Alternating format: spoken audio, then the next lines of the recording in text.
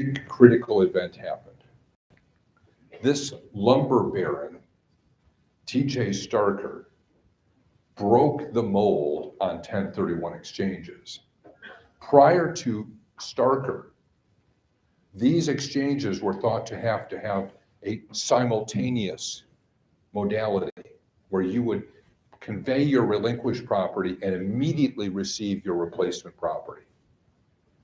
Starker said, I'm going to give up my lumber holdings in Oregon in exchange for some properties that will be determined later. Basically, he did the first legal non-simultaneous exchange, and that blew the IRS's mind, and they litigated it all the way to the United States Supreme Court, where Starker won, more on a procedural argument than anything, but he won. And so he broke the floodgates open. And now today, almost all exchanges are done non-simultaneously. You sell your relinquished property on one day, receive replacement property later. In the 80s and 90s, the IRS got Congress to authorize the Treasury to write their own regulations. So they're the agency that's in charge of administering this. They got the permission to write their own rules. So they enforce the rules that they wrote, and they're also given a certain amount of deference to interpret those rules because they have to administer it. That's sort of a Chevron kind of thing for the tax people or the lawyers in the room. What they basically did is they wrote rules that are not designed in your favor. These are designed to be guardrails to limit the number of people conducting exchanges and completing them. They required that this entire process, this non-simultaneous exchange, could not go on longer than 180 days. So the longest the exchange period can go is 180 days. But wait, there's a curveball. If you start your exchange late in the year, you will find that your exchange period actually ends not at the 180th day, but at the due date for the filing of your federal income tax return. So let's say you started your exchange on December 31st and you're a partnership, you filed on March 15th. You're not going to get the full breadth of your 180-day exchange period unless you file for an extension and push out your March 15th deadline. Same thing for people that file on April 15th as individual 1040s, you got the same problem. That is a big trap to be wary. I tell real estate agents, particularly those that have been licensed as attorneys, I tell them, notify the other professionals that are in your client's sphere, including the accountant, and let them know what you're up to. As a courtesy, tell your client's accountant or tax preparer, we're in the midst of a 1031. You should be aware of that because you may have to file for an extension. Whatever you do, tax preparer, don't go and timely file that return on April 15th or March 15th without checking in with us, because we may need the full breadth of our 180-day exchange period. We may need you to file for an extension. In other words, the left hand and the right hand need to be working together. Your client's professional advisors all need to be circled around your client to help them navigate this process. So 45 days to identify, 180 days to close. These were imposed by the IRS. They are not designed with your success in mind. I get a lot of calls from people, and they're basically asking me, will you take an identification or a change of the identification after the 45th day? And while I love to wear orange, I'm not going to wear an orange jumpsuit for you or for anybody. So the answer is no, we're not going to do that. We're going to follow the rules. All right. Fast forward from the 80s and 90s into the 2000s. When the IRS came out with their initial regs for the forward exchanges in 91, They said, hold on a second, we'll get back to you on how to do reverse exchanges. It wasn't until the year 2000 when RevProc 2037 was issued on how to do safe harbor reverse exchanges. What is a reverse exchange? Typically, that's where you acquire the replacement property first and then sell the relinquished property second. Well, let's just take a break. Why would you ever want to make your life more complicated, more difficult by buying first and then selling second? Why would you want to do that? You can get candy to the person that answers. Guarantees that you have something. Certainty. You want to have a sure thing, right? I was at Benihana. The guy flipped a shrimp to the dude and he caught it in his mouth. We're not going to do that today. But yeah, there's a lot of risk when you sell your relinquished property and then have only 45 days to identify in writing what you want to acquire and 180 days to close on it. You are basically running around like a chicken with your head cut off, trying to figure out what to identify, unless you think ahead like a chess player. You may want to acquire the replacement property through a surrogate, your qualified intermediary, and have the intermediary hold that property for your benefit for up to 180 days under the reverse exchange safe harbor. What if you don't want to go through all that malarkey, having a straw man acquire the property, hold it for your benefit? Is there a more convenient way to achieve the same results?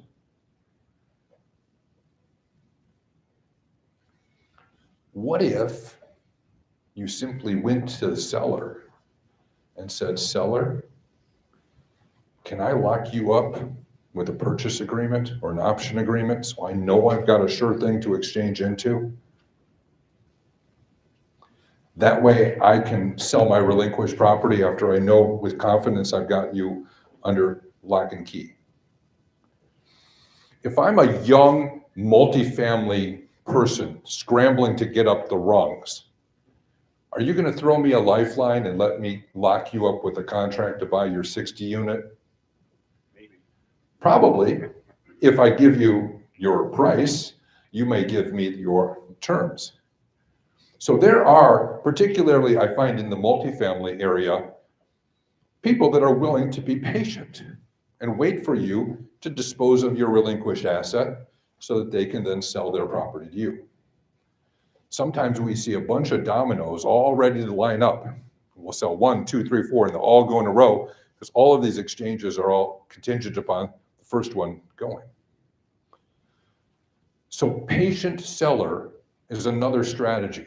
Instead of doing a reverse exchange, simply tie up the seller with a replacement property contract so you know you got a sure thing. You can start doing your due diligence, get your phase 1, your phase 2, get your survey, whatever you need to do to inspect the goods. Make sure you're doing that early. Lock it up. So that's a pro tip. Thoughts or questions about straight exchanges, where we sell first and buy second, or the reverse, where we buy first, sell second? Questions about that? We'll have some more slides on that in a little bit, with some more intense strategies. Finally, just want to mention that 1031 has been in the sights of congressional legislators forever. Some people view it as a target, as a revenue raiser in order to increase taxation. If they eliminate 1031, they postulate that they will increase tax collections because 1031 won't be available any longer. However, the studies done by Ernst & Young and a couple of professors called Ling and Petrova actually counter that assumption. The lock-in effect of not being able to sell your property with tax deferral would result in people just not selling. For example, it's counterintuitive to think that a farmer that's had a farm in their family for 100 years, has super duper low basis, is going to sell that property and give away over a third of their hard-earned equity in taxes. They just won't sell. They will stay in it until they're dead and pass it on to the next generation, right? So that sale isn't going to happen, but for the fact that there's a 1031 provision to release the pressure and allow them to defer the gain and transition to something different.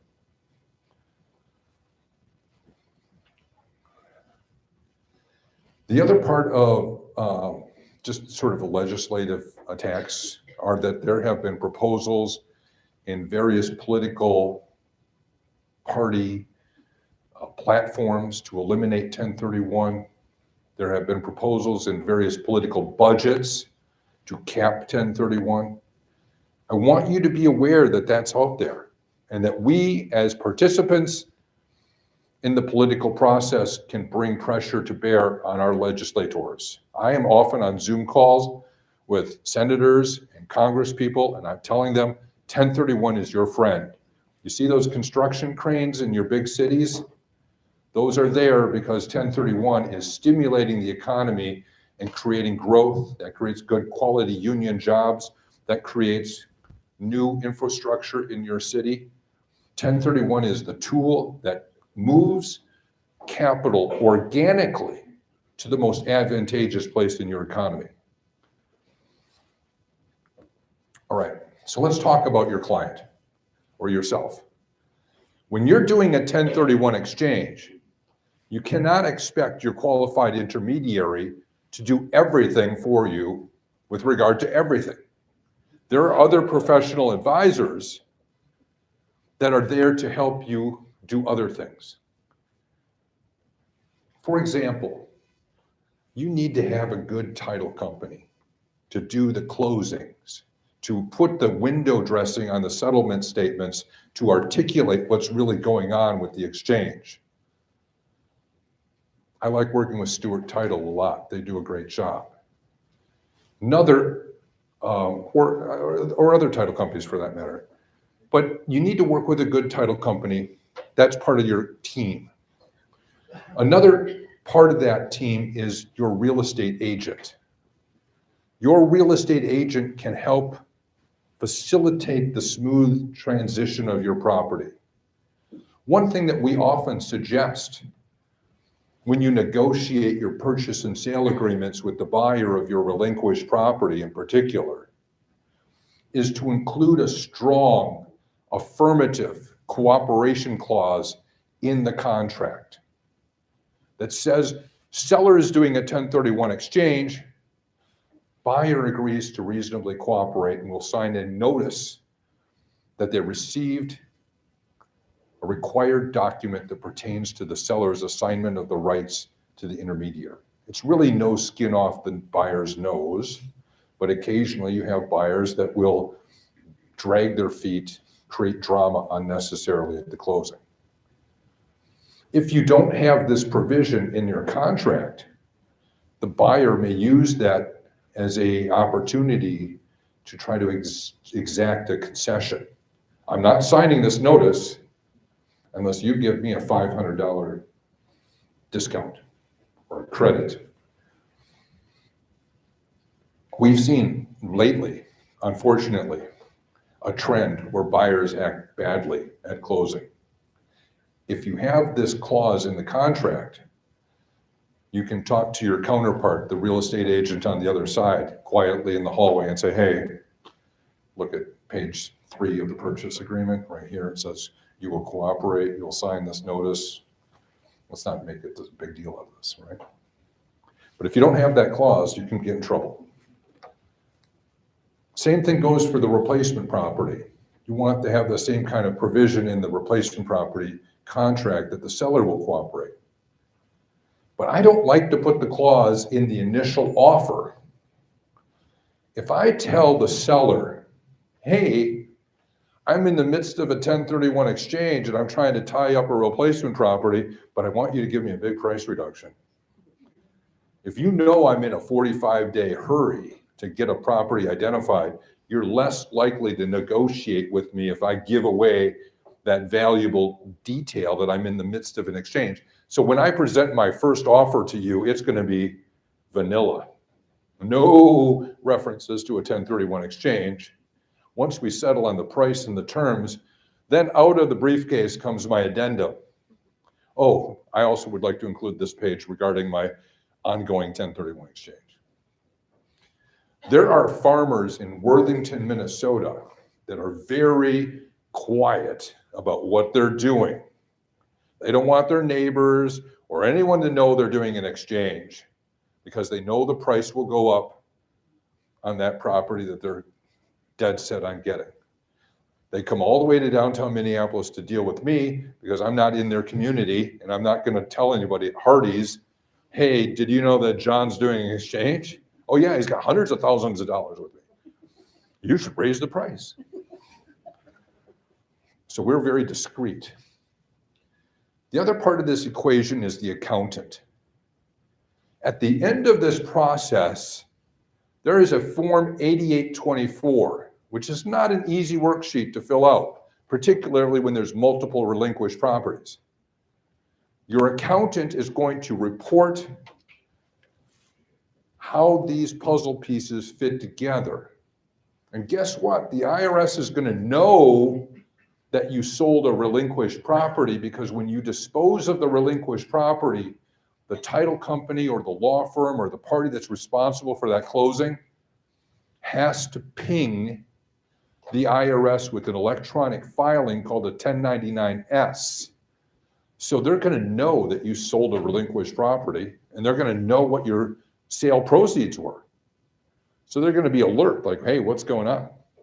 The 8824, prepared by the accountant or tax preparer, connects the dots between the property that was sold and the property that was purchased and provides some critical details like when did you identify, when did you close, when did you acquire, what were your costs of the transaction. I also want to mention that the banker is the most probably, he who has the gold makes the rules. You know, if you're trying to lever up and buy a more expensive property, having a nimble, creative banker can be very helpful. There are bankers that act almost like consultants, consiglieres. They will help their clients, even before the client knows they have a problem, to identify the opportunity to defer the taxes. Those bankers are special. Those bankers see the potential tax liability and help their clients figure out how to negotiate the process to not having to recognize those gains. I like working with those bankers because they get it. The banker can also be your friend in making sure that you redeploy all of your equity. When you sell your relinquished property, let's say that you got $700,000 with me as your intermediary. Some bankers will say, you know what, you qualify for a gazillion dollars in financing. We're going to lever you up to the hilt, give you all the borrowing that you can take. But your banker, if they're on your side, is going to first get your 1031 funds redeployed because the purpose of giving you the tax deferral is that you're not cashing out. We have to redeploy all of your $700,000 first, and then and only then do we borrow money over and above that to complete the purchase. We do not want there to be a settlement statement that shows cash to buyer or borrower, because that would result in you getting boot. We're going to have a slide about boot in a little bit. Legal counsel. Having an attorney that understands what a 1031 exchange is incredibly important. And for lenders that are doing sophisticated loan transactions, having sophisticated lenders counsel that also understands what a 1031 is can be very helpful. When the attorneys work together to solve the problems and get the deals done, everything works so much smoother. But you all have to be on the same page and not dig your heels in about persnickety stuff that's not that important. All right, anyone else that I'm missing on this list of people that your client should have? The humble facilitator. Oh yes, the humble QI, the administrator that prepares the paperwork and conducts the 1031 exchange. A qualified intermediary is authorized under the Treasury regulations and is the only person on this list who is not deemed to be the agent, the patsy, the flunky of the taxpayer. If you are going to have somebody that act as your straw man to acquire property or to hold your proceeds, the appropriate party is the qualified intermediary, who's not your agent. Let's just talk for a second about who cannot be your qualified intermediary. My wife? Your wife is a related party, right? You file a 1040 with your wife. Probably she's related. Yes, she is. Your mother and your father, your ancestral and your lineal descendants, your children, are also too close to home. They cannot be your intermediary. Your attorney is your agent. You have a fiduciary obligation to look out for your client's interests. You can't be their intermediary because you're supposed to be a neutral third party when you're an intermediary, unbeholden. Same thing with your accountant or your employee. They can't be your agent. Your real estate agent is also an agent. They have an agency arrangement with you. They are disqualified. Why am I making a big deal about this disqualified party, related party issue? Why am I bothered by that? Well, recently there's been a trend where some qualified intermediary companies are entering into revenue sharing arrangements with disqualified parties. If a qualified intermediary enters into a partnership, joint venture, revenue sharing arrangement with a disqualified party, they've just disqualified themselves as well from being your intermediary. So you got to be careful that you're actually working with an intermediary that isn't putting their foot in the bucket of disqualification by some under the table arrangement with a disqualified party, typically a real estate agent. By the way, also RESPA, the Real Estate Procedures Act, makes it against the law to pay kickbacks on residential transactions. So that would be transactions up to 1 to 4. And there are various other state rules prohibiting that practice. But I just want to mention to you that we don't pay kickbacks, and we always maintain that we are not going to be a disqualified intermediary. We are a qualified intermediary, and we represent that in our documents. All right. Different kinds of exchanges. We've mentioned the forward exchange. In the forward exchange, you sell your relinquished property first, and you acquire the replacement property second. It can be multiple replacement properties. One trend that we're seeing a lot of right now is where somebody sells a relinquished property. Let's say that they have $500,000 of net proceeds. Instead of buying one replacement property, they split their equity and double down and buy multiple replacement properties. The idea is rather than having one boat in the harbor when the tides of appreciation come in, they want to have two boats. And they want to stretch their equity further and buy up in value. As a capitalist, Do you want your capital to be underutilized, or do you want to stretch that capital and make it work harder for you? Leverage is a two-edged sword, but generally people like to use a little leverage to increase the potential of their financial accumulation. All right. Next, we have the reverse exchange. In a reverse exchange, typically the intermediary will acquire the replacement property and hold it for your benefit. We said that that might be a good idea to get a sure thing. There are two different modalities of reverse exchange. The back leg is where we acquire the replacement property and hold it for your benefit. But sometimes you can't park the replacement property. Sometimes the banker says, look, I barely got this thing through loan approval. If you put one more piece of complication on this deal, it's going to break the camel's back. Can't do it. And also sometimes these reverse exchanges come up at the last minute when the buyer of your relinquished property flakes out, leaves you at the altar, and you're thinking, oh my gosh, how am I going to do my exchange? My buyer just left me high and dry. The other modality, which can be a creative problem solver, is called the front leg reverse exchange. In a front leg reverse exchange, the intermediary becomes the synthetic purchaser of your old, unsold, relinquished property. We buy that relinquished property off of you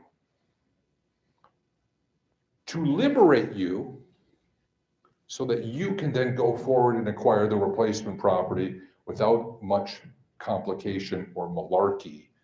We don't want to make unnecessary complication of the replacement property. So let's talk about how that might look. Let's imagine that you have a relinquished property that's worth $500,000 and you had it sold, but then he said, you know, at the last minute I decided I just don't want to buy your property. I'm going to go to Europe instead. You're like, oh goodness, what am I going to do? Well, I'll have the intermediary form an LLC, buyer's entity. Buyer's entity enters into an agreement with you to acquire your property subject to the existing mortgage and says to you, will you please loan us $100,000 because you have a $400,000 mortgage on a $500,000 property. So you loan the buyer's LLC $100K. That buyer entity sends the $100K to the qualified intermediary as exchange funds, and you have just signed a deed conveying the indicia of title to the buyer entity. So you basically finance the buyer to acquire your property subject to the existing debt that was already there. And the cash that you loan to the buyer's entity has now come to the qualified intermediary. And I'm going to send that $100,000 to the closing of your replacement property. And on the settlement statement for your replacement property, it will show a credit of $100,000 of exchange funds for your 1031. That's your own money. Just went all the way around the horn. And you close on the replacement property as you ordinarily would in a forward exchange. Everybody's happy that there isn't any unnecessary complications, any straw substitute surrogates purchasing this replacement. The lender is happy, you're happy, the title company's happy. Now, you got 180 days to find a real legitimate purchaser for your unsold relinquished property.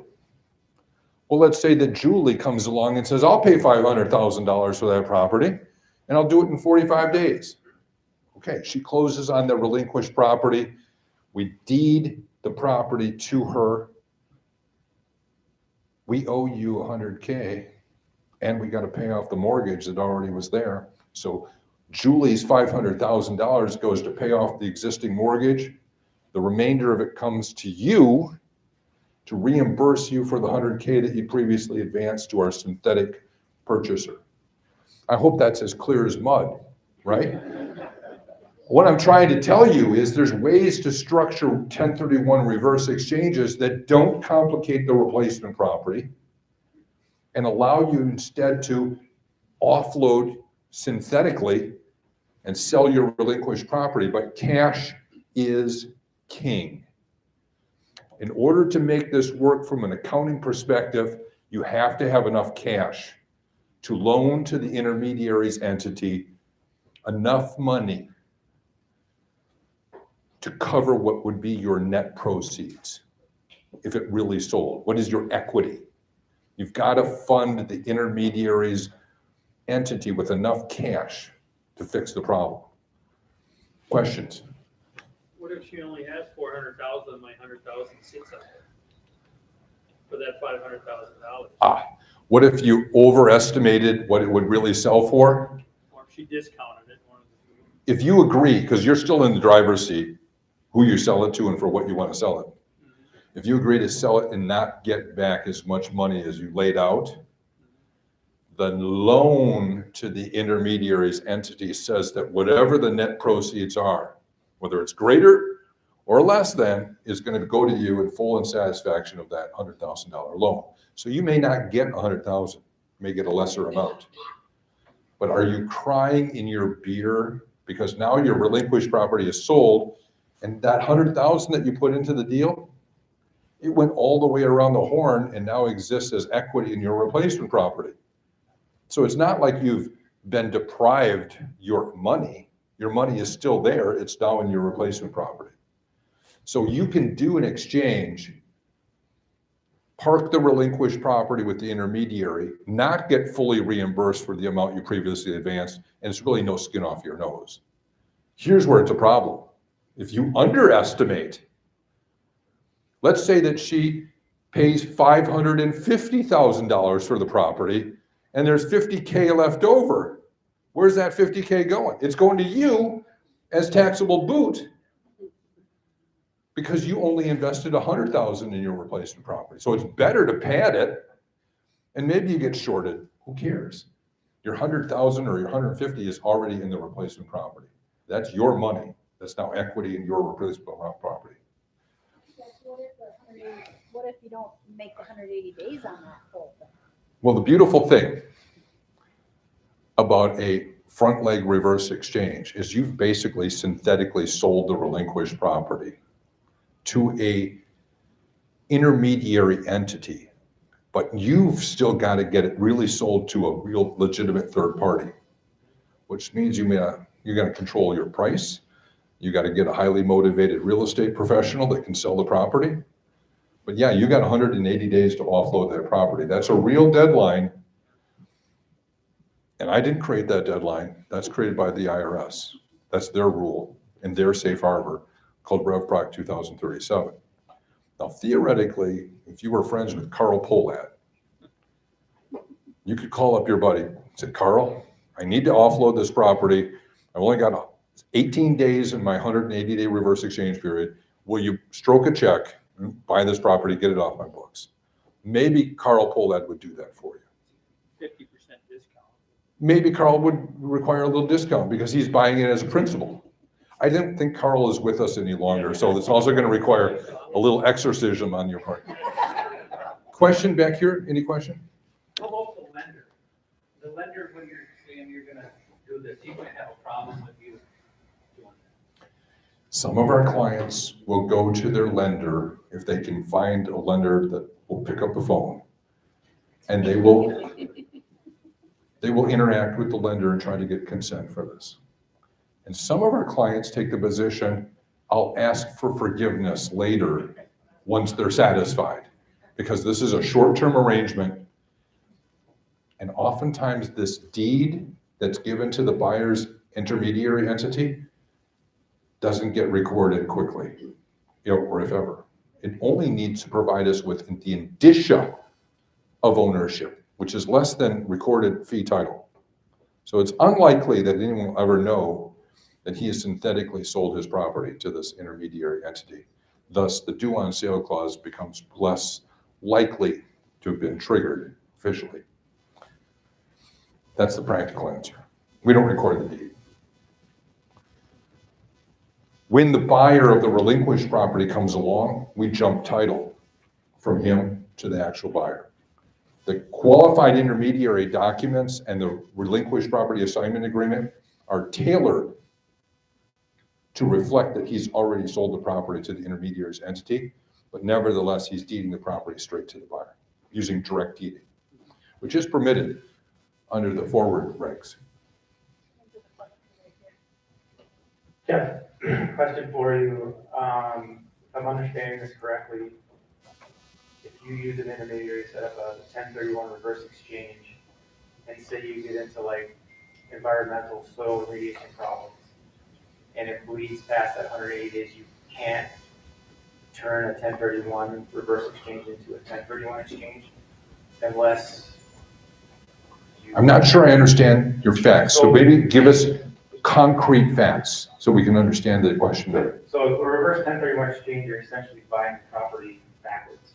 Which property is being bought, the front or the back leg, the replacement? The front property. the Okay, replacement property. so I'm buying the replacement property first. Correct. Go. And let's say you find some environmental issues with that, With the replacement, yes, with the replacement. I already own it. I guess too bad for me. So, again, when I sell the property that I'm selling to use in this reverse exchange, those proceeds are now tied to that property. Sometimes we park a replacement property, and by the time the relinquished property sells, a better property becomes available that they would prefer to exchange into. And we collapse the reverse exchange and not treat it as an acquisition for that particular property. But they're still the guarantor or the provider of the financing. So they still get the property back. They just get it back with a cost basis of what was paid for it. Very unusual that you would want to collapse your reverse exchange. But if you were thinking that you might want to flip the replacement property and not hold it very long, you may say to yourself, I'd rather exchange it into something better that I'm going to hold long term. And I'm going to flip this other property anyway, so I'm just going to buy that with cash and turn it. But I would like to discuss the nuances of the environmental stuff with you offline, just to kind of keep this process moving. But great questions. Thank you for the questions. He can have a candy. Okay. Now I want to talk about build-to-suit exchanges. There are a lot of people that are stuck in too small of a location, and the zoning and the local government really doesn't like their use of the property, and they got big trucks and they're coming and going, and now the residential neighborhood has become more residential and less industrial. And maybe they want to break out of maybe the city of Minneapolis and instead construct a new facility that will be more expansive, better for their operation. Maybe they want to go up to Ramsey, Minnesota, or St. Michael. In a build-to-suit exchange,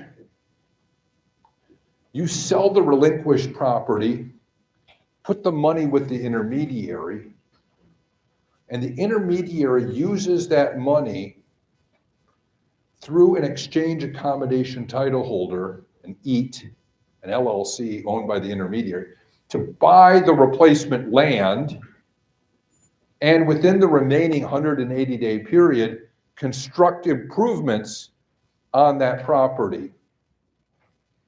Sometimes it's a situation where you've got a sale of $2 million and a purchase value of only 1.8, leaving a $200,000 discrepancy. How do we fix that discrepancy? We have the intermediary erect improvements, bring improvements into existence during that exchange period by constructing those improvements, making the rehab on the replacement property during the remainder of the exchange period. So when you receive the replacement property, you're not getting it with a 1.8 value, which was our initial cost. You're getting the $2 million or more value that was a result of our increasing its value by constructing improvements. Let's just take a step back for a second. Your mantra when you're doing a 1031 exchange is to acquire replacement property of equal or greater value and equal or greater equity. A build-to-suit exchange is a mode or way to fix the problem of your replacement property being of lesser value than what you sold, because you can construct up the value. The downside is you only have 180 days in a forward exchange. Can you construct the Taj Mahal? Can you construct a lot of improvements within 180 days? Maybe not. And in the northern part of the country where we have the frost and the cold weather, that affects your ability to do construction. So you have to time the seasons a little bit too.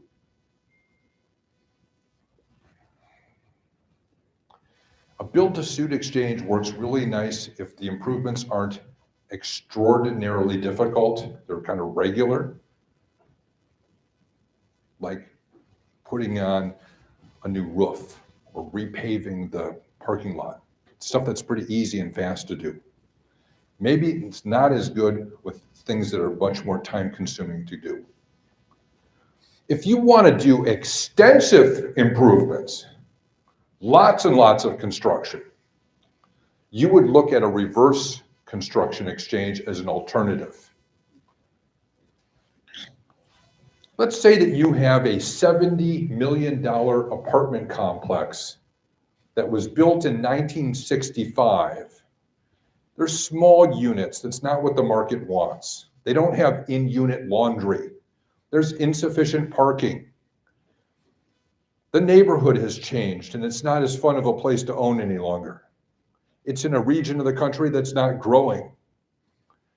The forecasts for appreciation are not good. The amount of government regulation has increased and is becoming too onerous. You get the idea. You don't want to own that $70 million 1965 build property, but you also don't want to pay taxes. And there's nothing out there in the universe that you want to buy right now. What you might do as an alternative to a build-to-suit exchange is construct a massive replacement property in a non-safe harbor reverse exchange. The safe harbor limits our holding period to 180 days. Non-safe harbor, it's indefinite. So you could have the intermediary, who is not your agent, according to the regs, act as your surrogate, go out and buy the land that you want, where you want it, and construct the improvements that you desire to have built to the quality level that you want. Rather than using 2x4s, maybe you want to use 2x6s for a more sound, heavy-duty construction. Maybe you do want in-unit laundry. Since COVID, people don't want to do communal laundry because they might get germs, get infected from their neighbor, right? So there are a lot of things that you would do. You may not say, you know what? Market wants 2 bedrooms, not 1 bedrooms. I'm going to construct all 2 bedrooms. The city requires me to have parking. I'm going to provide underground parking underneath this constructed apartment complex, so my residents don't have to go outside and turn their cars on in the middle of the night to keep them from freezing up in the night. So you can build it the way you want to build it. Why don't we curate and bring into existence $120 million worth of a beautiful apartment complex? And when we're getting real close to completion of construction, then and only then will you list your 1965 built property for sale, so that you come into cash on your 1031 exchange at about the same time the certificate of occupancy is being issued on this massive 120 unit complex that we've curated and built to your specifications. On the Form 8824, it looks like you did a forward exchange. You sold a $70 million property, received a $120 million property. It's just that it was held and purchased initially by a qualified intermediary under a non-safe harbor reverse exchange. We're not acting as your agent. We're acting as a facilitator of the 1031. There's a case on this called a State of Bartel. The facts are very similar in concept to what I've described, and the IRS didn't like this case. They analyzed it as an agency analysis. They said the holding company didn't have any risk, didn't have any skin in the game, was merely doing this as an accommodation. And the tax court said, yep, fine. Took the tax court a long time to issue its opinion, which held up a lot of concern in people's minds. But when the opinion was finally issued in the State of Bartel, the IRS lost across the board. Because 1031 is kind of a special provision. We don't look at the substance of the transaction so much as the form of the transaction. The qualified intermediary is in the business of facilitating exchanges. That's why you use them to acquire the property and construct it. And when it existed, you sold your relinquished property and exchanged into that property that has been curated for you. Tax court loved it. It was in the Ninth Circuit. The IRS lost real bad. So badly that they didn't appeal the decision. They put their tail between their legs and they ran, but they spit in the soup on the way out by filing what is called a notice of non-acquiescence. That's where the service officially says, we don't like that decision.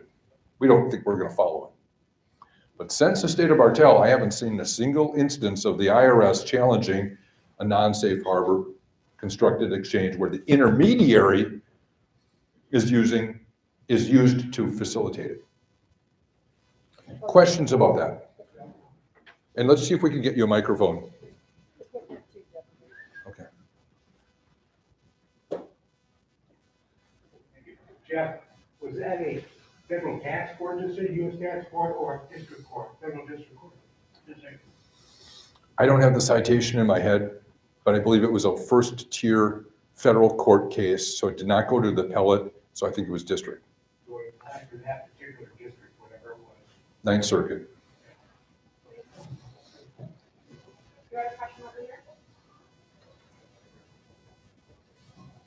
Hi. If the value of the property that you're acquiring is the same or more than what you're disposing of, can't you just buy undeveloped land? Do you need to have a dwelling on it or some kind of structure? There are two kinds of gain.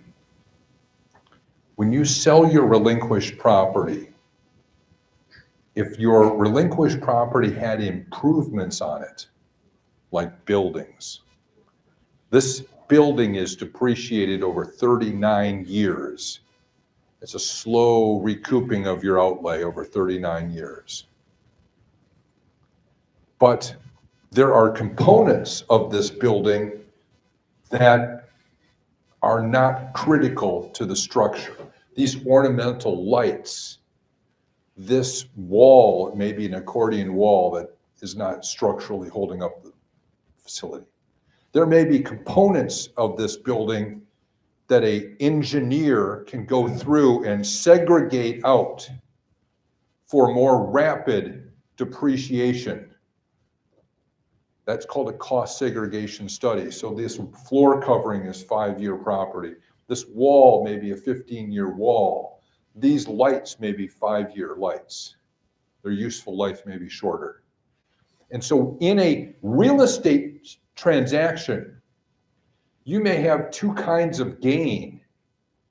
The gain from the sale of the land and the old, slow and steady straight line depreciation. And then you may have accelerated depreciation from the components that were written off fast. That's called 1245 gain. You got 1250 gain for the dirt, land, 1245 for the components. If you don't exchange into a replacement property with an equivalent amount of components, 1245 components, if you've gone from accelerated depreciation to pure dirt, you could have a sliver of gain get recognized. Now, you can still do a 1031 exchange from improved property to unimproved property, but the thing you have to worry about is Did I take a ton of depreciation, accelerated depreciation that's going to be triggered by this? And sometimes it's better off buying a piece of land that's got 1245 components. Sometimes farmland has been tiled with drain tiles.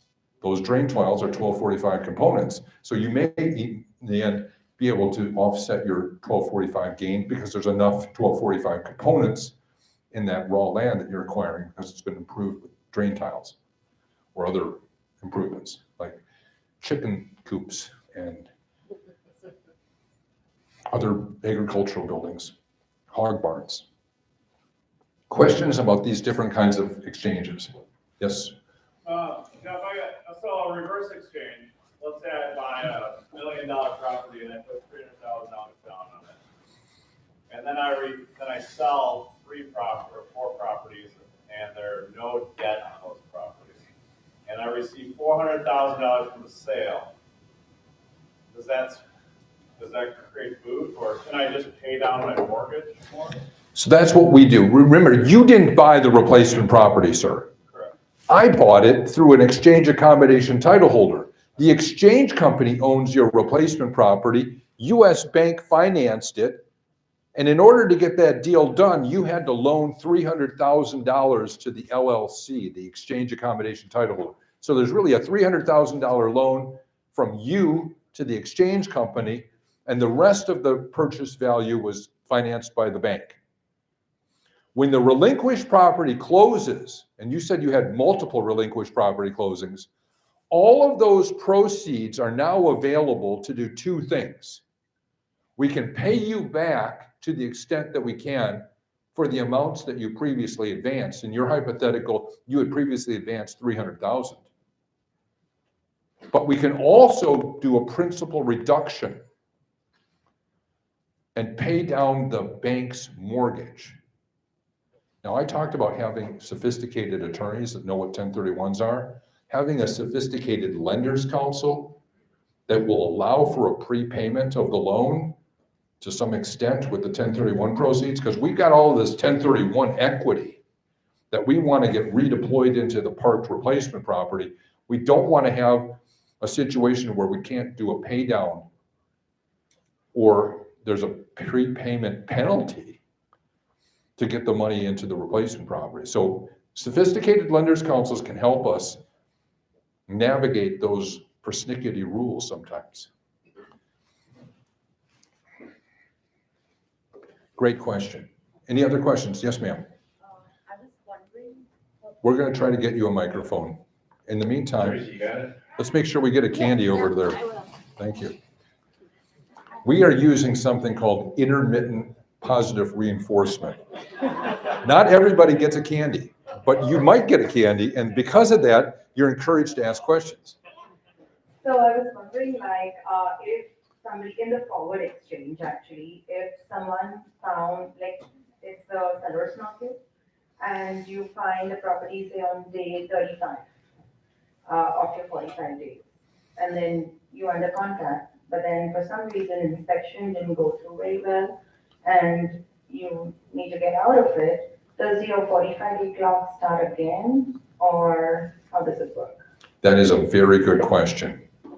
If I were in charge of writing the 45-day rules, I would have been much more liberal and allowing for a rewriting of the identification if your deal didn't pan out. But the IRS is persnickety. They don't want you to get this tax deferral. They're in the business of collecting tax revenue, not doling out tax deferral willy-nilly. So they say, in order to complete an exchange, the replacement property must be properly identified within the 45-day period. And if it isn't identified within the 45-day period, you're out of luck. I say that you're SOL. What does that stand for? Statutorily out of luck. Now, knowing that that's the brutal rule, when you identify this property that you've got under contract, but you're still in the midst of due diligence, and you've got 3 slots under the 3 property rule, we're going to be talking about the identification requirements in a little bit, but you got 3 slots. You could identify some backup properties.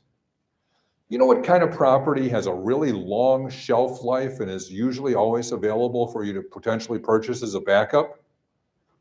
Anybody? DST.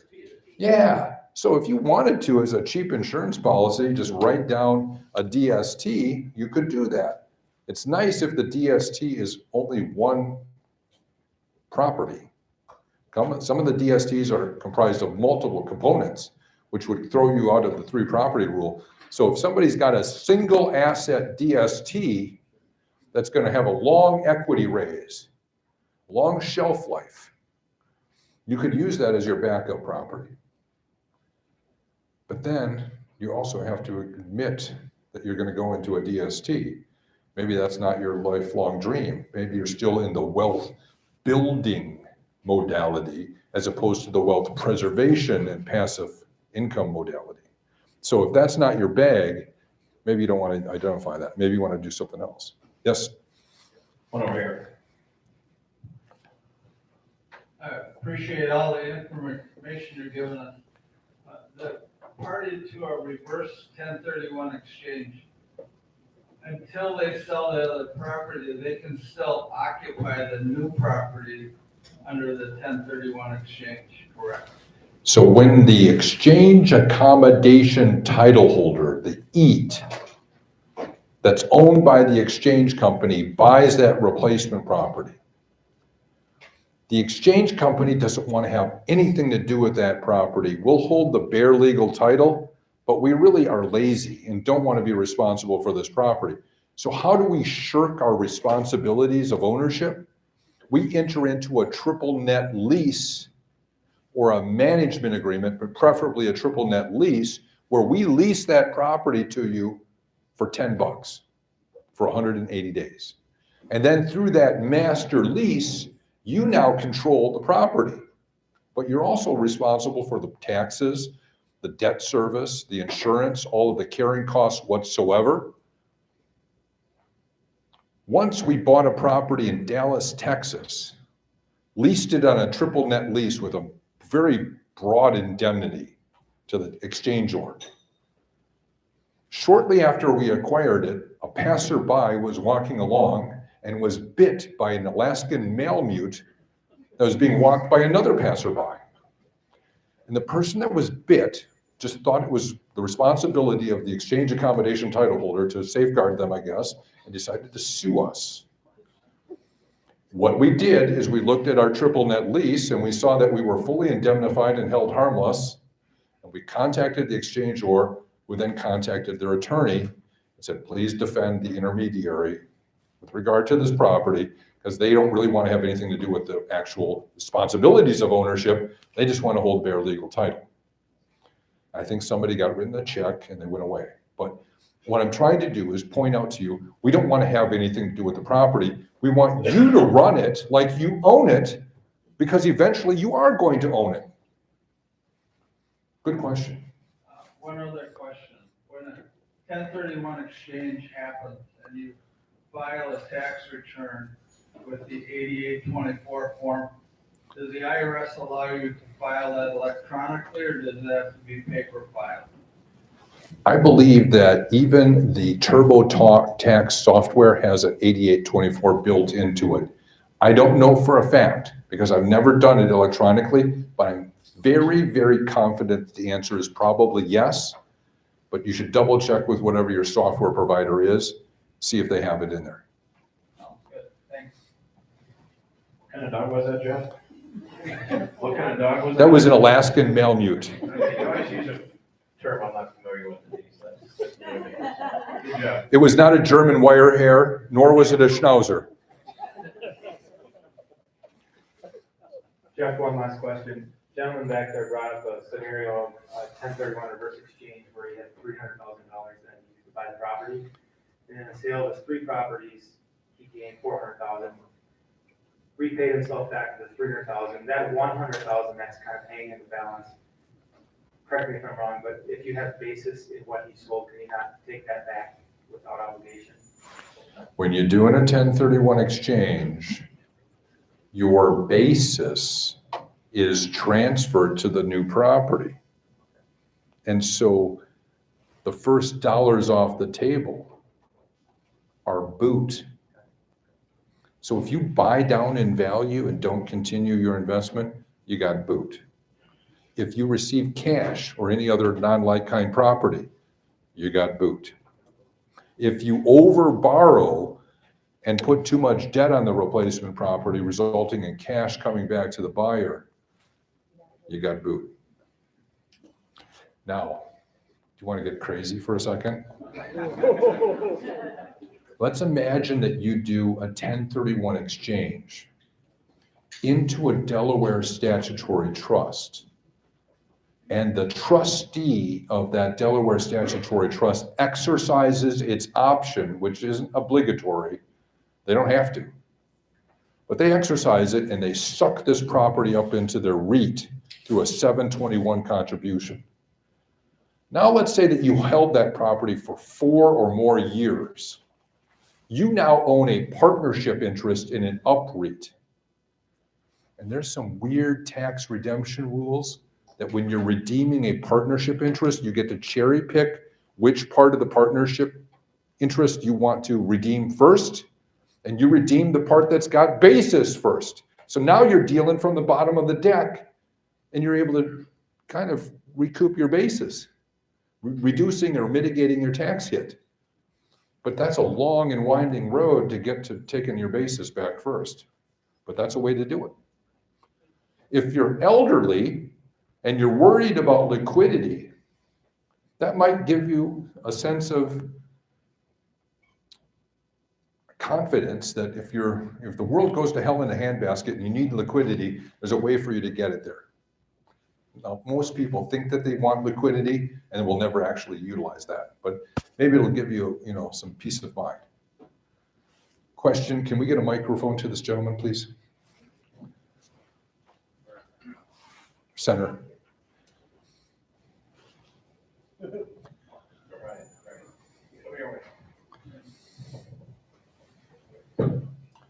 Jeff, I have a question. DST, if you sell DST, can you buy a real estate or from DST? His At question, 1031. his question is, can you do a 1031 exchange on the sale of a Delaware statutory trust? A Delaware statutory trust is a unique creature. When you own the beneficial interest in a Delaware statutory trust, you are deemed to own your proportionate share of the underlying real estate. It's kind of like the old Illinois land trusts, where the trustee didn't have any authority to do anything. I don't think they could blow their nose without the beneficiary's permission. They certainly could not lease, sell, refinance, or do anything without the beneficiary's consent in writing. So as long as the DST is still a DST, you could probably do a 1031 exchange on the disposition of your beneficial interest. In fact, there's a man in here, Josh McKinley. You want to raise your hand for a second? I've done 1 or 2 of these deals with him where I've acted as his intermediary for his client's private sale. So he's arranged for somebody else to come in and buy that beneficial interest from the other party. And strangely, Josh was able to get the purchaser to pay 100%, no discount, 100% of the purchase price. So the seller got out at par, which I thought was pretty nifty. And they were able to do a 1031 exchange to further gains. Now, if the DST has already matured and morphed like a Pokemon, are you familiar with that? You ascend into the heavens of an UPREIT. Now you don't own an interest in real estate any longer. You own an interest in a partnership interest. That's a personal property interest.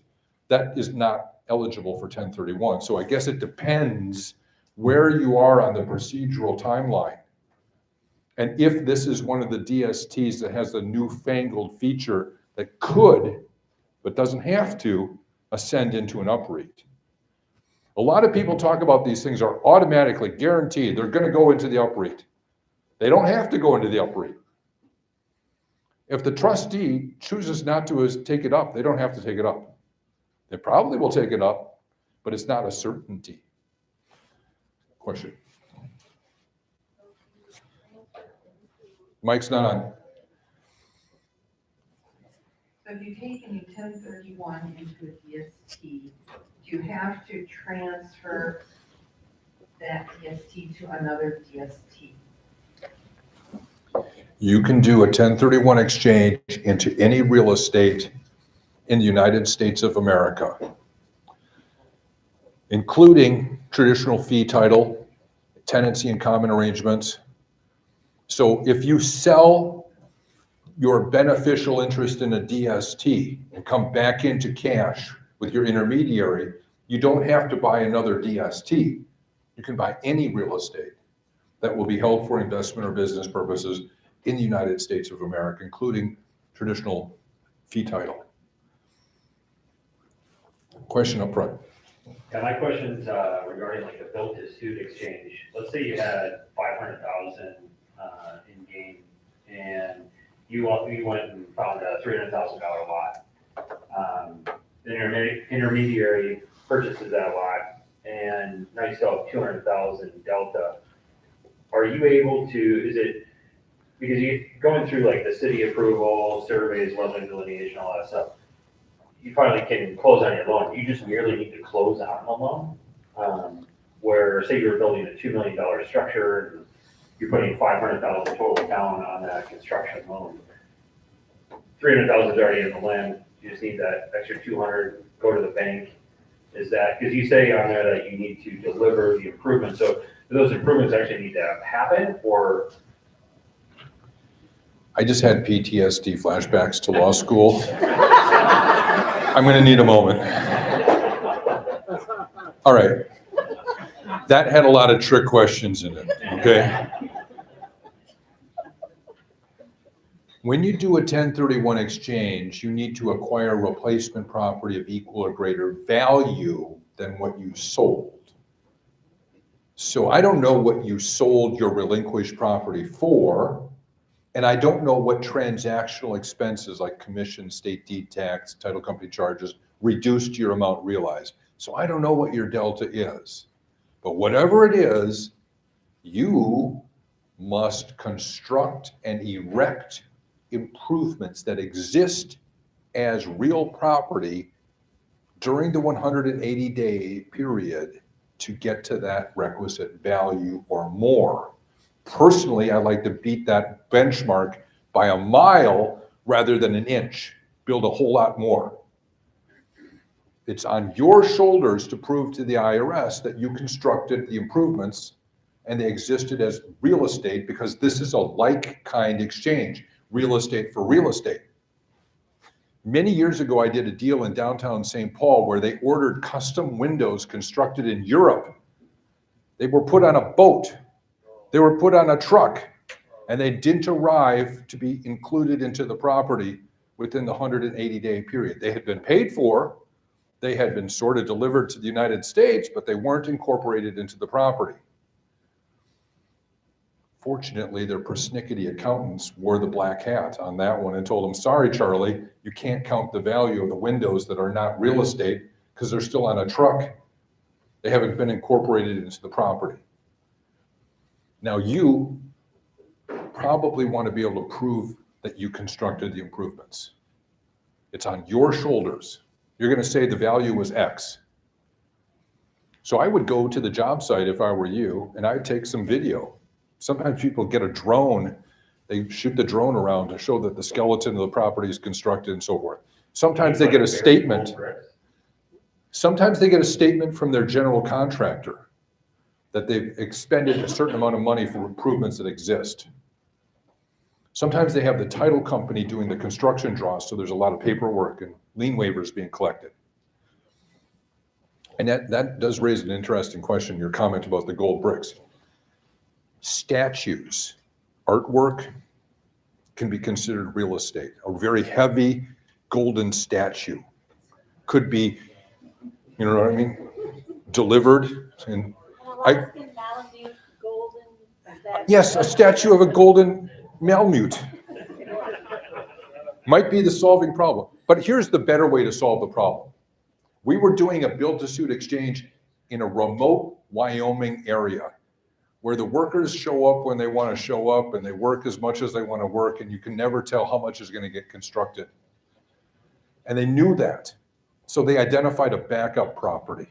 They identified a DST that had a long runway of equity raise, and that basically said, we're going to put as much into the Wyoming build-to-suit as we can, and whatever doesn't get constructed, whatever our delta is that we're missing, we'll pivot to the DST for the remainder. That was a New York taxpayer building in Wyoming, and they were really well advised by the local boots on the ground people that you can't trust the construction company to deliver. You got to have a backup plan. So that was where the real estate agent really brought value to the transaction. Great question. Thank you. Candy for that guy. Okay. Yeah. All right. Should we move on? You know, a lot of people are talking about DSTs. These are syndicated properties. They can only be sold to accredited investors. They have to be bought from a financial services rep. They can't be sold by an ordinary real estate agent. They have to be sold as a security. So they're harder to do, and they're not for everybody. An alternative to the DST would just to be go out and buy yourself a net deal. I had a client back in the 90s who would buy Arby's on a triple net basis when nobody wanted to buy these things. And he had a great cap rate, great return, and it was completely mailbox money. He had transitioned from management intensive apartments in South Minneapolis to triple net leased Arby's and Pizza Huts. And they paid the rent, and they paid every month on time. Eventually, he sold those and went into gas stations in Iowa. But there are alternatives to the securitized products offered by the financial services firms. They are not identical in risk. With a triple net lease deal, you've got a lot of eggs in one basket. And if the creditor, I mean your tenant, decides to not do what they're supposed to do, then the value of that property declines. Sometimes I like to drive down Robert Street in St. Paul and say, well, that used to be a Kmart. I wonder what the triple net lease landlord got, when that thing closed. And then I look at, this used to be a restaurant that is now gone out of business. I'm not going to say their name. There are a lot of properties that go dark. And when they do, the value of that lease just blew up. The value of your property just blew up. You have to now repurpose the property and get it sold. Some CVSs, some Walgreens have gone dark. Those were kind of the cliche for the triple net lease industry. You got to look at the value of that real estate if it was ever to have to be repurposed.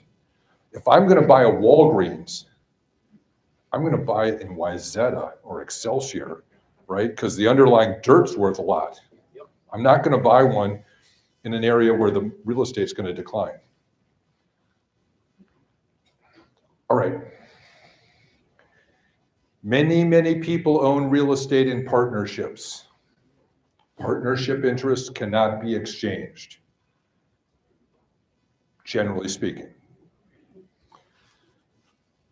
Many people want to cash out and take money off the table. There are ways that you can probably still have your cake and eat it too, but we need to delve into these. These require some special attention. And then there's the issue of the qualified use. Let's imagine that you're happy being a Minnesotan.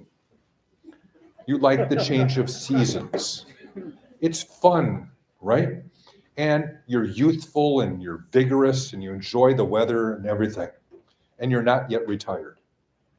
Let's say that he exchanges his South Minneapolis apartment building and buys an oceanfront condo in Sarasota. Sarasota is where old people go in Florida, right? He says to himself, I'm going to rent out that oceanfront property for a number of years, a lengthy period of time. His initial mens rea, his intent, is to hold it for investment or business purposes. His long-term intentions are somewhat indeterminate. He's got the initial qualified use intent, but long-term, he doesn't know what's going to happen. Long-term, he doesn't know what he's going to have for supper tonight, much less what he's going to do in 26 months. So there are people that are planning ahead to potentially convert to their replacement properties to some other use other than held for investment or use in a trade or business. Query, how many people think he should wait 3 months before converting that property to personal use? How many people think he should wait 18 months before converting it to personal use? How many people think 24 months? How many people say the longer the better, I'm not your tax advisor, and please sign this waiver? All right. I have had clients move into their replacement properties and get audited. One man was a widower. His wife recently passed, and he had this 5-bedroom single-family home that he and his wife had lived in, and he said to himself, I can rent out my primary home and get much more rent. I'll move into my replacement property. It made sense in his head that he'd cash flow a lot better by moving into that little rental that he had acquired in the replacement property. But he got audited because he converted to personal use like 3 months after acquiring it. After $10,000 of legal bills, he was able to extract himself with basically, he got out, but he had to pay a lot of fees to his attorney.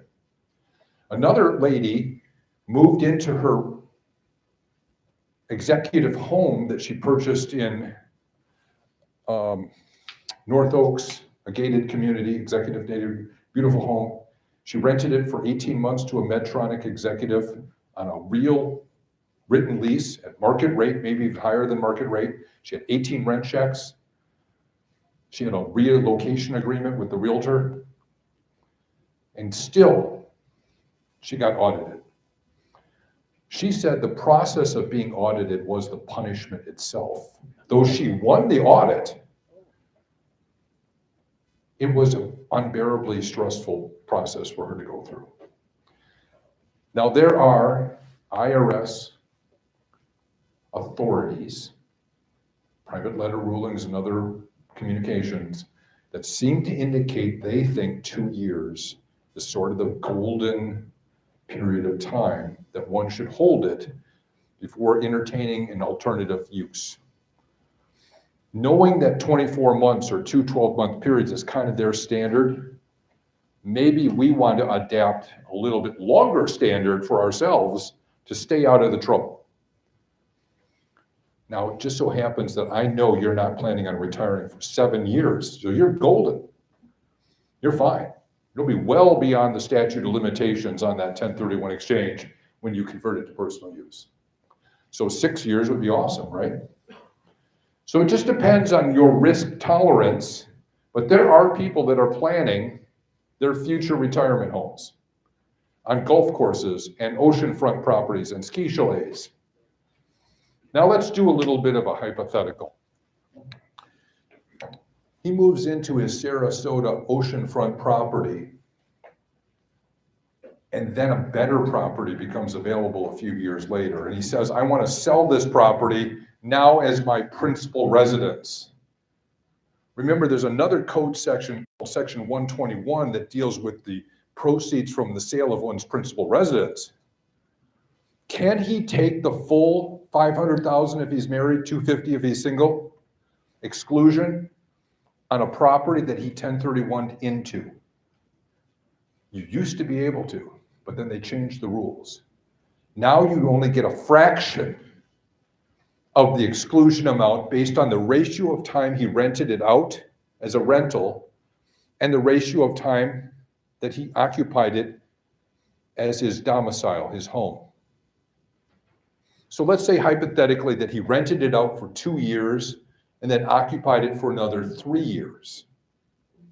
In that hypothetical, he would only get 3/5 of the exclusion that anyone else would normally get. In this case, that's $300,000, which is still a loophole big enough to drive a $300,000 truck through.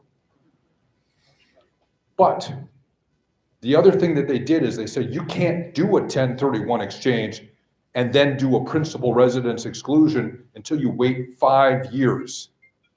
Once you 1031 into it, or it's been 1031 into, you got to wait 5 years before you can take a principal residence exclusion on that particular property. So they kind of slowed your roll down and they only give you a fraction of the exclusion. Now there's one more unfortunate little bit of information. The principal residence exclusion does not exclude gain from the recapture of depreciation.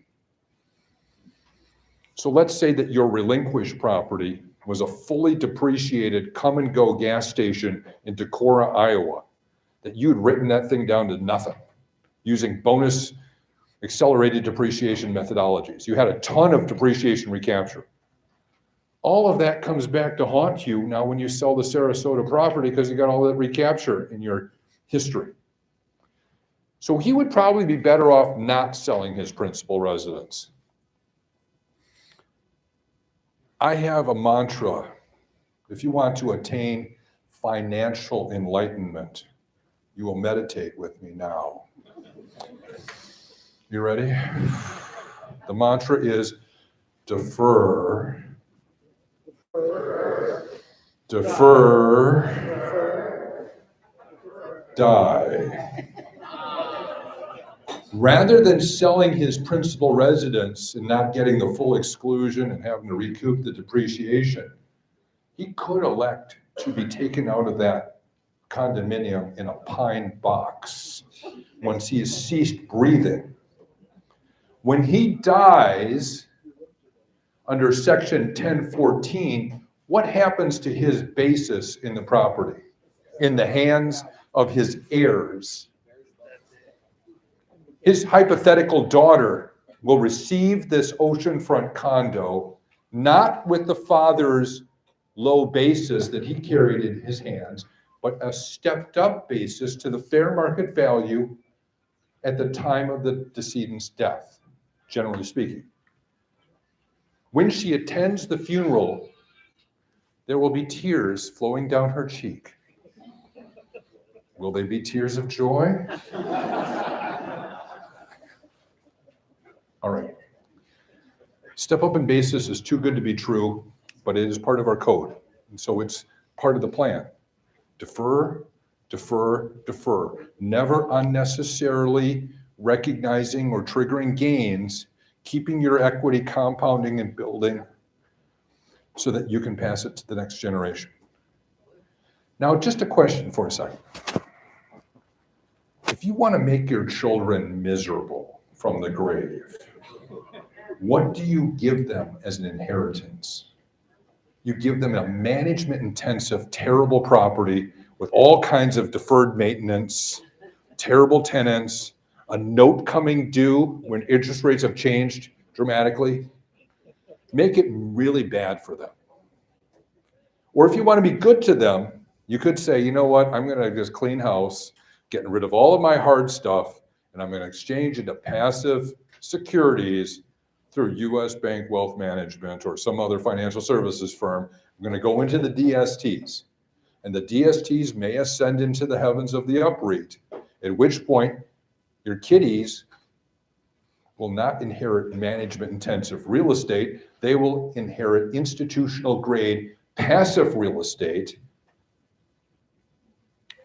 I once knew a man who tried to get his son involved in the real estate business, gave his son a building, and the son complained that the management of the real estate was affecting his tennis game. Do you want your children to be burdened with that? No, give them management-free, institutional-grade property. Their tennis games will be unencumbered.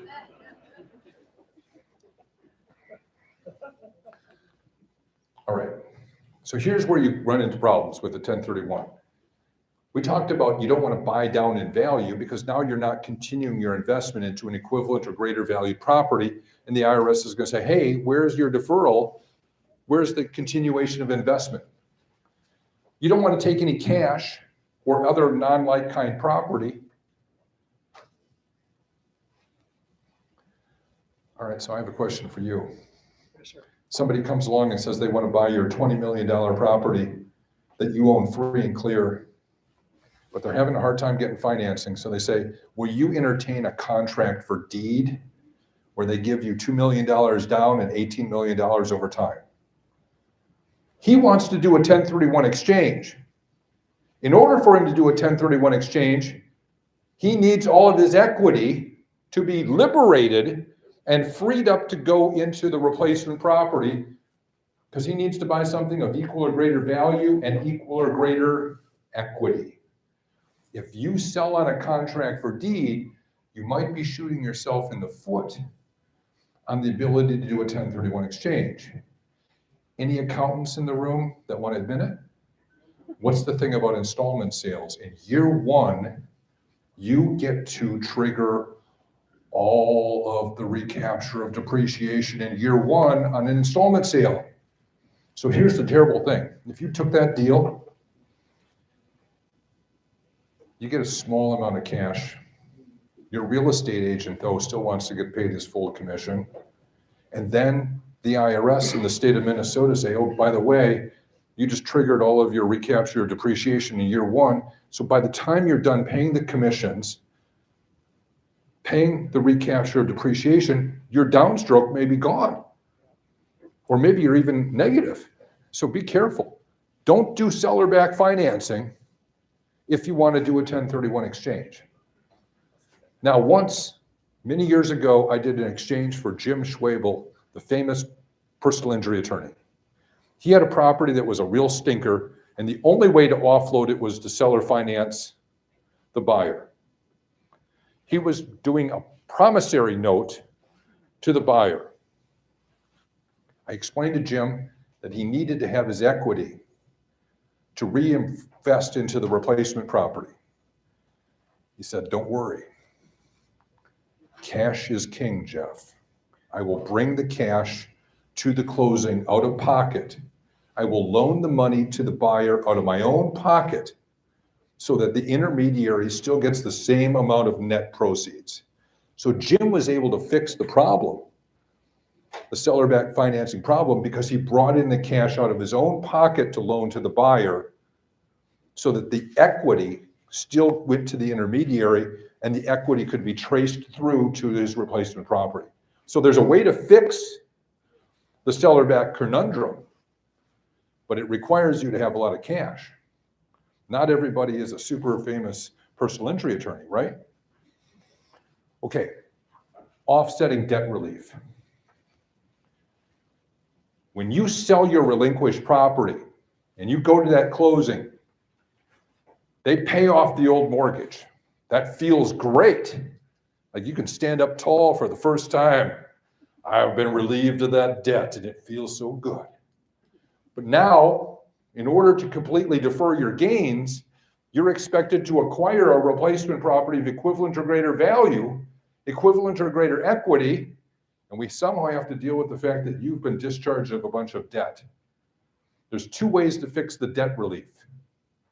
You can either take out a new mortgage on the replacement property or assume existing financing.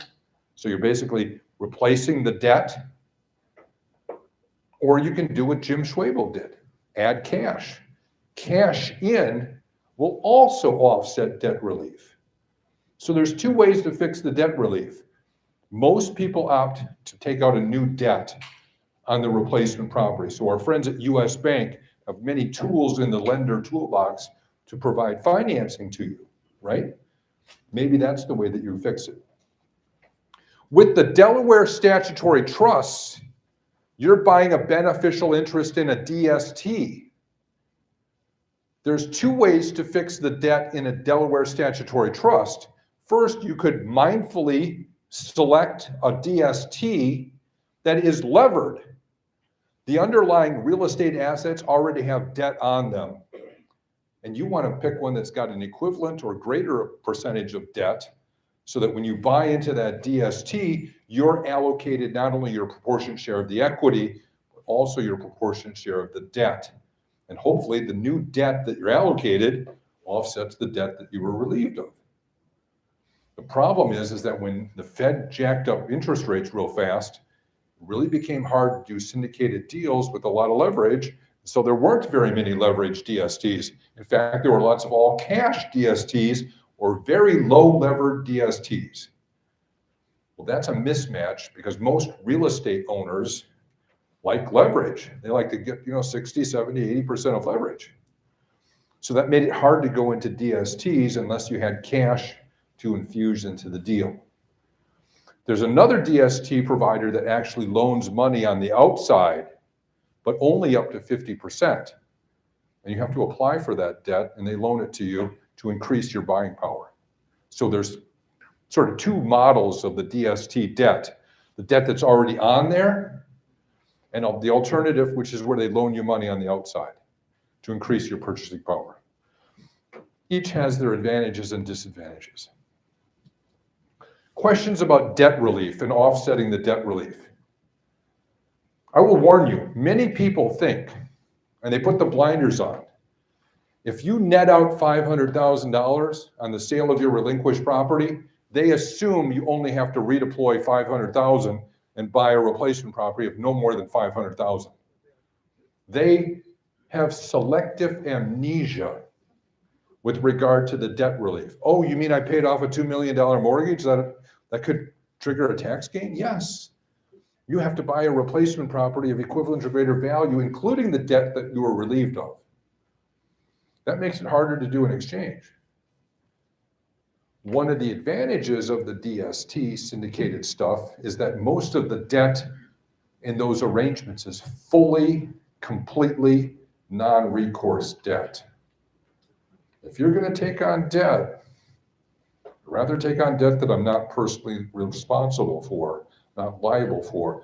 The real estate's liable for it, responsible for it, but I'm not. So as we get older, we're trying to reduce our risk. We'll take on the debt. I'll hold my nose and take on the debt because I have to do it to do my exchange. But if I'm going to do it, I'd rather have non-recourse debt.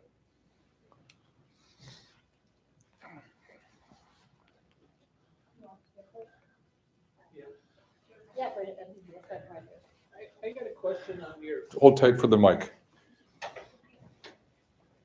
on your book. So if you did a contract for deed and say they gave you minimal down and you had a short contract, say a couple of years, and then they paid it, could you do the 1031 at that time? If no deeds have changed, it's just a contract? There's a difference between a mere purchase agreement and a contract for deed. When he buys your property from you on a contract for deed, he has the exclusive rights of possession. He has the risk of loss. If the property burns to the ground, he's the one that's responsible for paying for it, right? Or getting the insurance proceeds. He pays the property taxes, he pays the insurance. He's really the owner of the property for federal income tax purposes because he's the equitable owner as a result of your conveyance via the contract for deed. Yes, you did hold back the bare legal title, but it's more as an enforcement mechanism. If he fails to make the payments, you will initiate a cancellation and try to take back the property. But you don't really worry about the property day to day. That's his job. You can say, well, no, I own the legal title. Who gets to depreciate the buildings? The vendor that sold it on a contract for deed, or the vendee that's now in full possession and control? The vendee is. So he has bought the property. When you eventually get paid off on the contract for deed and you get this big tsunami of money coming into your 1040, you are SOL. Unless you want to buy one of those qualified opportunity zone investments as an alternative. But that only pushes it out, kicks the can down the line for maybe 6 or 7 years. But that would be a way to fix it. There are some financial planners, Tom Rashad, is he in the room? he would probably work with you to do a loss harvesting plan where he would put you into indexes and harvest as many losses as he can for that 6, 7, 8 years that he's got to increase the amount of loss carry forwards that you got. So in the event that you do trigger gains in the future, he's got some loss carry forwards to mitigate that. That's an awesome tax strategy, but it requires time to implement. If anybody here thinks they may have a large gain in the future, they may want to consider some of these loss harvesting techniques now for that unknown but potential gain that you may be experiencing in the future.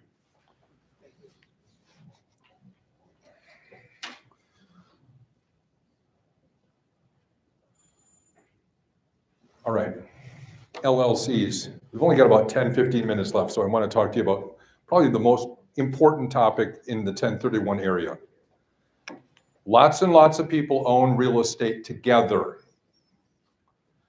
Many times when they own it together, they own it in an LLC. A multi-member LLC can be taxed as a partnership and file a 1065 partnership tax return, or it could have elected to be treated as a corporation. Sometimes you see like senior care facilities that have a lot of licensing and a lot of liability. They operate and they own in the same entity, which is a bummer. And it makes it hard to do 1031 exchange reconfigurations when they own it in a corporation. Much better to not own your stuff in an LLC that's elected corporate treatment, but to own it in a 1065 filing partnership tax return. I always ask people, do you file 1120 or 1065? I need to know right away because it changes how we talk about this. In the partnership realm, you can do a lot of fun stuff with divvying up the property. Let's say that you've recently enjoyed a step up in basis when your ancestor died and you inherited these partnership shares and got a stepped up basis. You are fine doing a taxable sale because you have little or no gain because you got a recently stepped up basis to fair market value. Your partner over here, who's been in it from the beginning, has very low basis and is at loggerheads with you, does not want to do a taxable exchange. But you both don't want to be partners in the deal anymore, and you both want to sell the property to the highest and best purchaser. You want to do a 1031 exchange and defer your gains.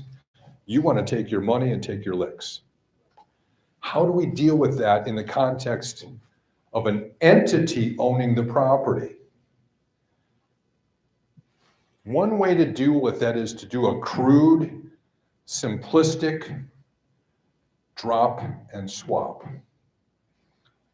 We could take the LLC and deed the property out. Undivided 50% to you as a tenant in common. Undivided 50% to you as a tenant in common. We could have a tenancy in common agreement. We can even ask the bank that's got the mortgage for their consent. We could change our insurance. We could really transfer the benefits and burdens of ownership to you as tenants in common. We could amend the purchase agreement to reflect that the seller is no longer the entity, but is now the two individuals.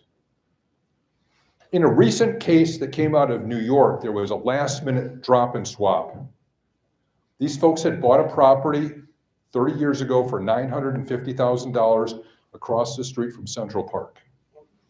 Decades later, it's worth $35 million, and on the day of the closing, they divvied it up as tenants in common. 1/3, 1/3, 1/3.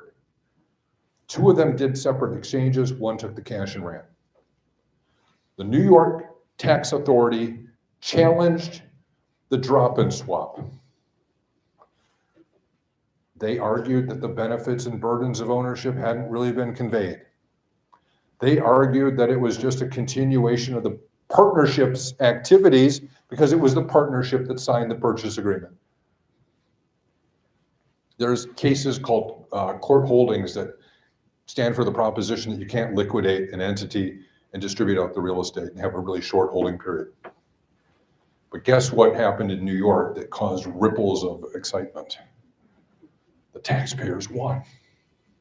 Somehow, some way, they convinced this judge that they had conveyed the benefits and burdens of ownership. And notwithstanding the fact that your holding period was about 13 seconds before you conveyed it to the seller or the buyer, the court agreed that you had the requisite intent to hold it for investment or business purposes. Is that a risky way to do it, the crude drop and swap? Yes. Are there better alternatives? Yes. The better alternative would be for the exchange-minded individual to say, hey, the LLC has owned this property all these many years. I'm going to stay in the LLC and do the exchange under its banner. If you would like to leave the LLC, we can do a redemption and deed you out an undivided 50% tenant in common interest, and you can become a separate co-seller and take your licks. I'm going to stay in the LLC. The LLC has been a partnership all these many years. Can you have a partnership of one person? No. So the first thing that you do is you ask your former partner, hey, what do you think about a 49% partial redemption? You stay in the old entity with me so it retains its character as a partnership. If you guys are still on good terms, you may say, you know what, I'll take 49% of the proceeds and I'll ride with you for 1%. That retains the entity, and I like that because it's got the same DNA. Same two partners are still in it. If she won't stay in with for 1%, she says, I want all my money. Concurrent with her departure, you could simultaneously gift 1% to your spouse or one of your adult children or someone else, so that the entity retains always two owners and continues to be a partnership. But I prefer to keep her in for a piece if you can. So that's a drop and swap where we keep the taxpayer that's exchange-minded in the entity. That's a more defensible exchange. And she doesn't care because she was going to pay the taxes anyway. All right. You still probably got to notify the lender that you've deeded their collateral. You still have to change the insurance. You still probably want to have a tenancy in common agreement. You still want to make sure that the benefits and burdens of ownership actually conveyed title to her. So you got to go through all the formality. Now, wait a minute. Right before closing, she got a call from her tax preparer. In fact, she didn't get a step-up in basis. She has a huge tax liability, and she says, I also want to do a 1031. Stop the presses. We're not signing that documentation. A better way to do it, if they both want to do 1031 exchanges, but they don't want to do them together, is called a 708 spinoff. In a 708 spinoff, that old LLC spins off a subsidiary, and half of the real estate's put in that subsidiary. That subsidiary is owned 99% by you and 1% by your old partner. And the old LLC is now 99% you, 1% her. Both of these LLCs have the same DNA. Both are considered continuations of the predecessor for federal tax purposes. Both satisfy the holding period, and both can do separate 1031 exchanges. Still need to have the benefits and burdens really conveyed. Still need to have a tenancy in common agreement. Still need to change the settlement statement to reflect two sellers. But that solves the problem of how each of the two partners can do a 1031 exchange without being vulnerable to an attack about the holding period in the qualified use, because the LLC just split like a cell in a petri dish. All right.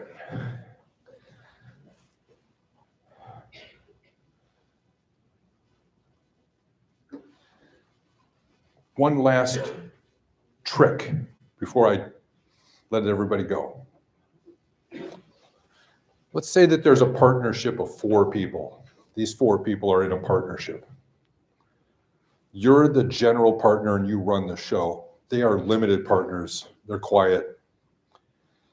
Every day of the week, you get a call from one of the agitated limited partners. armchair quarterbacking you. When are you gonna do a distribution? Why aren't you taking care of the property? Which of these three is the problem one? Admit it. It's him. He's the problem. He's a pain in your tuchus. Now you're going to sell the property. And you say to the attorney, I'm afraid to tick out this property and give him an undivided 1/4 interest in the property as a tenant in common, because once he owns a direct interest in the real estate, a fractional interest, now he can dig his heels in. He can say, I refuse to sign a purchase agreement. I refuse to sign anything. Once you make him a tenant common owner, he has authority and agency over his interest in the property. So maybe a tick out isn't a good idea if you've got a wild card, obstinate, difficult person in your ownership arrangement. Or maybe he's just perfectly fine, but if he were to die, maybe his spouse is not the one you want to be in business with. She could be the one that's harder to work with. Okay, so for various reasons, we may not want to just do a tick out arrangement to solve the problem. Another way to solve the problem, if you don't want to give anybody a direct ownership interest, is to say to all of the partners, 1, 2, 3, 4, all of us will contribute our interests to a Delaware statutory trust, a DST, and we will become beneficial owners of that Delaware statutory trust. And we will season and hold our interest for some measure of time so we don't have a short-term drop and swap problem. Who will be the administrative trustee? You. You've been the general partner. You're going to continue to be the administrative controller of this because you'll be the administrative trustee. There'll also be a Delaware statutory trustee in Delaware because they have to have one cited in Delaware. All right. The beautiful thing is when the property sells, you are now deemed to have sold your undivided 25% interest because as a beneficial owner of the real estate, you're deemed to own your proportionate share of the real estate. You can do a separate exchange. He can do a separate exchange. He can do a separate exchange, and you can do a separate exchange because you all own separate beneficial interests in the same property. So we've converted from a non-exchangeable partnership entity to an exchangeable Delaware statutory trust entity. That's a really nifty way to solve the problem, but it does require some time to season the ownership once it's converted. Any thoughts or questions about that strategy? Yes, sir. I have a question that's not directly related to that. That's fine. Well, let's get him a microphone. Get ready with that candy. So suppose, thank you, suppose you're selling some assets under the same purchase agreement from multiple different entities. And they're all S corps, but they are all sole shareholder, you own all of them. Are you allowed to 1031 through those different entities into the same the same replacement property, a single replacement property, since you're the shareholder of all three of them? I mean, I know they're different TINs, but. Are they Q sub corporations where they're disregarded corporations? Are they actual legitimate, separate separate regarded entities? That's really the question you're asking. Okay, I don't know for sure. I just know that they're S corps. I think that they're. It's unlikely that they're a Q sub because that's a really rare creature. Okay. So let's assume that they're not disregarded subsidiaries of a master corporation. Let's assume that they all are. I think that's correct. They're all standalone entities, both for legal purposes That is correct. and for tax purposes. Yep, yep. Then you got separate exchanges. Okay. You need to bifurcate the ownership of the replacement property proportionate to how much cash each of those co-purchasers are bringing in. And you can't put the entire replacement property in one LLC. Yep. It's going to have to be sliced and diced proportionate to how much each of those taxpayers contributes. Okay. So then I was wondering if there was a front end workaround where perhaps you. Merge them. Exactly. Would there be an event? Would it be considered an event if you were to assign everything to one of those S corps from the other S corps? Or would that just be a change in name, you know? I would want to talk to you offline because my concern is that the merged entity has to be considered the survivor and to satisfy the holding requirement for all of the component constituents that went into it. And corporate tax law is much more complicated than partnership tax law. And sometimes you actually need a business purpose for this to work and for 1031 purposes. So I would love to talk to you more about that super complicated question right at the very end of our presentation when everybody just wants to go home. All right, everybody, thank you so much for your presentation time. Appreciate it. Thanks to Jeff. Big thanks to Julie who's out in the hallway now. I'm sure anyone wanting to see knows this. You need to sign